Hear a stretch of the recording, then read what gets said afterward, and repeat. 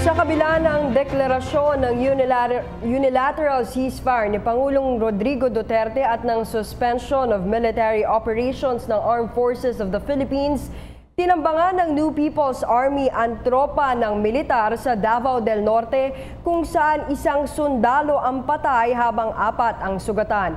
Ang detalye kay Eunice Samonte. 3 araw matapos ideklara ni Pangulong Rodrigo Duterte ang unilateral ceasefire sa pagitan ng militar at ng makakaliwang grupo, isang sundalo naman ang patay at 4 ang sugatan sa isang ambush ng New People's Army sa mga sundalo sa Davao del Norte.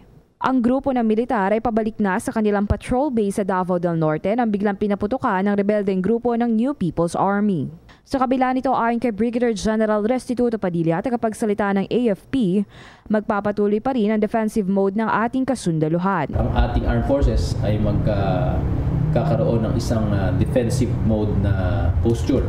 So ibig sabihin yan, hindi po tayo maglulunsad ng anumang opensiba laban po sa hanay ng NPA lamang.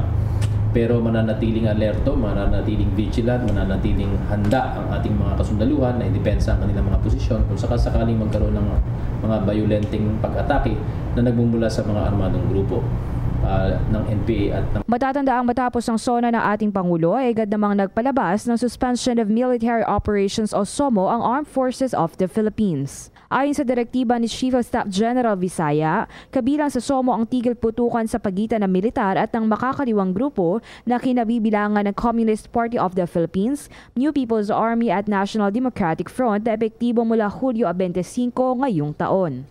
Sa kabila ng SOMO, umaasa ang Armed Forces of the Philippines na tatanggapin ng kabilang panig ang mungkahi ng ating Pangulo upang mabigyan ng pagkakataon na umusbong ang pangmatagalang kapayapaan. Para sa PTV News, Eunice Samonte. Hi, ako si Ria Fernandez. Mag-subscribe na sa PTV YouTube channel. I-click lang ang subscribe button.